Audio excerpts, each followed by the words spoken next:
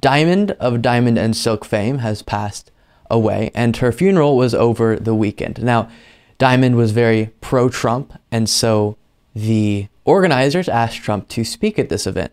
Now, this is one of the strangest speeches you'll hear in a very long time, because this is a funeral or an event celebrating the life of Diamond, and Trump gets on his normal rantings. Now, we've seen these strange videos come out of Trump at Mar-a-Lago showing up at weddings for some reason, and I guess he's asked to speak, so he starts wandering around talking about the stolen election and all these different things and how bad Joe Biden is, and it just doesn't fit the event. This is a wedding, or it's a random event, a bunch of who knows who doing something at Mar-a-Lago, and he starts ranting. That's weird enough.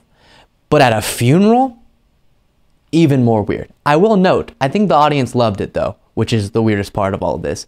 And I'll show you at the end one of the other speakers hyping up Trump.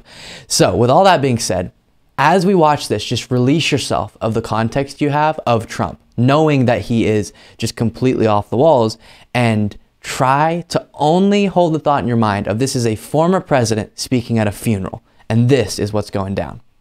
How do we stop the cheating? How do we stop it where you get more votes but you still don't win? And the answer is the Republicans have to get tougher. The top people have to get tougher. And you have to really swamp them. There's a level at which even they can't produce. And so if you win big enough, you're going to get there. And then once we're there, we're going to straighten it all out and get it back to where it was. But I just...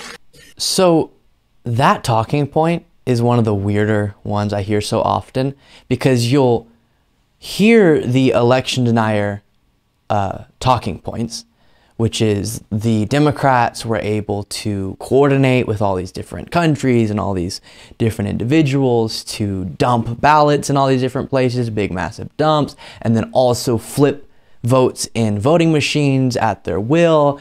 And they're so advanced, they were able to steal an election that was going to go all the way in Trump's favor. They don't provide any evidence to that, but that's the claim, right? And then they say, but if we vote enough times, they won't. Which doesn't make sense to me. If you have the power to just flip votes in voting machines, why would 10,000 more votes in a particular state make a difference? But logic is not necessary with these situations, as you know. So again, we're talking about the life of Diamond, and this is honoring, this is a funeral, and this is what's happening. Then he complains about the length, I guess, of the service.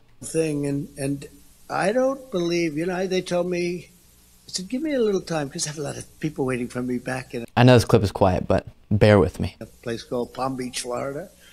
I said, give me a little time. What do you think it'll take? Oh, about 15, 20 minutes, in and out. I said, well, it could take longer.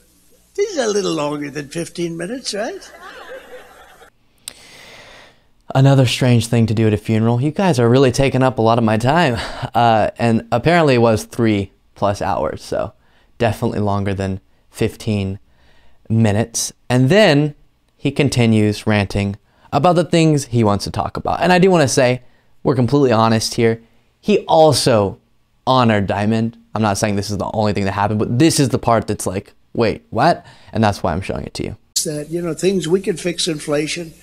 We can fix so much of what's been damaged over the last 2 years. We had it going so well, but we can fix these things. But, millions of people, I think 15 million people, they say 3, maybe 4. I know. I think they have no idea how many people.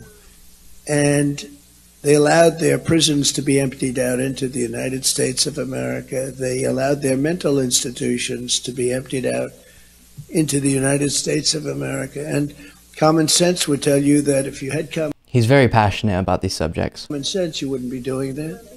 Mike would know that, but you wouldn't be doing this.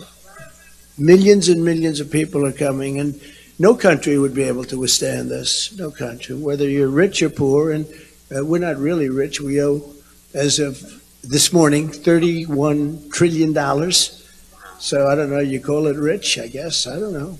Maybe not. We spend a lot of money on other countries, and many of those countries hate us, so we give... Yeah, so you get the point. Very, very odd. Not what I would choose to do. I'm very passionate about politics. A lot of my friends hear too much about politics from me, and I get the urge to discuss politics in a lot of situations. A funeral, I wouldn't be particularly inclined to carry that trend over. But like I said, the audience was into this. Take a look. And the other speakers as well. Diamond is talking to Jesus, and she is saying, Jesus, please make sure that Donald J. Trump is the next president of the United States of America. So it went from a funeral for Diamond to a rally for Trump, but Diamond was a supporter of Trump, so I guess maybe this was the hope in some form or another. I don't really know how to perceive that. Imagine if Barack Obama or any other former president that you would list off did that. Imagine if it was a Democrat, the field day Fox News would have. How unprofessional, how unpresidential.